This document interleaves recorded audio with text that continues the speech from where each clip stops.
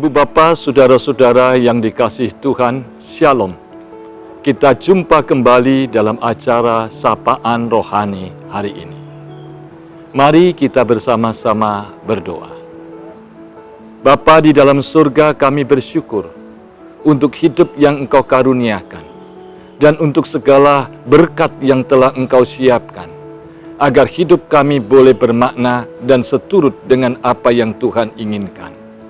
Untuk ini Tuhan, lengkapilah dan limpahkanlah firman-Mu dalam hidup kami, sehingga hidup kami boleh mencapai tujuan yang Engkau harapkan.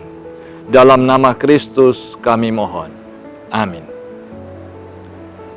Bapak, Ibu, saudara-saudara yang dikasihi Tuhan, tema percakapan kita hari ini adalah tentang kematian. Tidak ada seorang pun yang bisa menghindari kematian. Kematian adalah sebuah realita yang akan dialami oleh setiap orang. Dan manusia tidak bisa mengetahui dan memilih waktu kematian itu, maupun cara kematian itu ketika ajal menjemput kita. Baik cara, baik waktu, baik segala berkaitan dengan kematian, kita tidak bisa memilihnya. Tetapi 1 Samuel pasal 31 ayat 1 sampai dengan ayat yang terakhir mengajak kepada kita untuk bagaimana mengisi kehidupan sebelum kematian itu menjemput kita. Saudara-saudara, ada sebuah tokoh yang diceritakan dalam 1 Samuel 31 yang bernama Raja Saul. Saul dibutakan oleh kekuasaannya. Saul haus akan kekuasaannya, sehingga roh Allah undur daripadanya dan dia menjadi musuh Allah. Itulah seluruh kehidupan Saul sebelum maut menjemput dia, yang disampaikan dalam 1 Samuel pasal 28 ayat 16. Apa yang kemudian terjadi? Saul tidak menyadari bahwa dia dibutakan oleh kekuasaan. Dia haus kekuasaan dan segalanya dia menganggap itu dari dirinya sendiri. Dia isi hidupnya yang diberikan oleh Tuhan itu dengan mengejar dan sungguh-sungguh hanya kekuasaan. Akhirnya di perikop 1 Samuel 31 menceritakan bagaimana dia membawa 3 anaknya yang bernama Jonathan, Abinadab, dan Malkisua beserta seluruh prajuritnya mati sia-sia.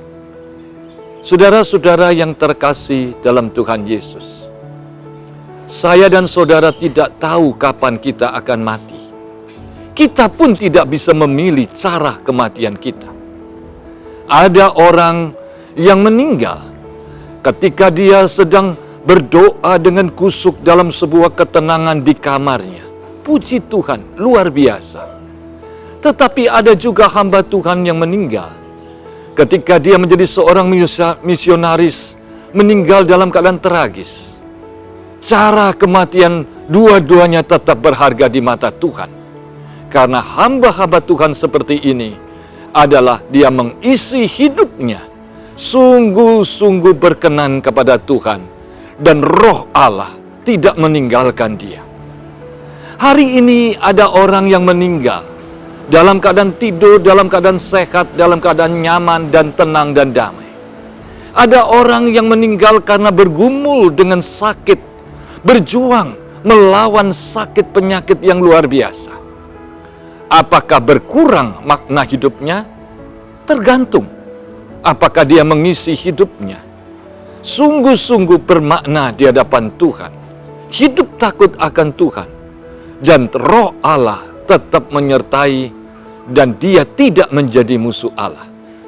Sekalipun ada orang yang hidup kelihatannya lancar, kelihatannya sehat, kelihatannya makmur, tetapi dia sama dengan Saul. Dia haus kekuasaan, Dia dibutakan oleh kekuasaan. Dia tidak peduli Allah meninggalkan dia. Dia pun tidak peduli bahwa dia telah menjadi musuh Allah. Hati-hati ketika maut menjemput. Bukan hanya hidupmu menjadi sia-sia. Engkau telah menyeret seisi keluargamu menjadi sia-sia. Bahkan menjadikan seluruh rakyat dan bangsa mengalami penderitaan yang hebat. Kiranya di masa pandemik ini, kita boleh belajar untuk mengisi kehidupan yang bermakna, yang berkenan kepada Allah, yang menghadirkan roh Allah dalam hidupnya, dan tidak menjadi musuh Allah. Tinggalkan hidup yang dibutakan oleh kekuasaan, yang haus kekuasaan, yang tidak peduli apakah Allah sudah undur daripadamu atau tidak. Bahkan engkau pun tidak peduli menjadi musuh Allah.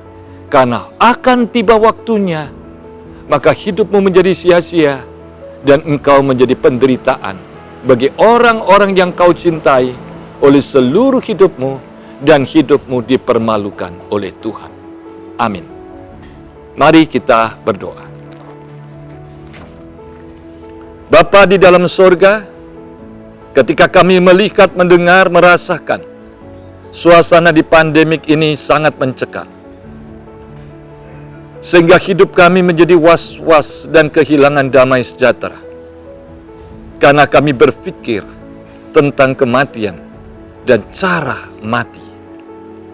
Tapi firman-Mu hari ini mengingatkan pada kami, bahwa biarlah kami konsentrasi mengisi hidup kami dengan sungguh-sungguh berkenan, bermartabat, dan bermakna di hadapan Tuhan.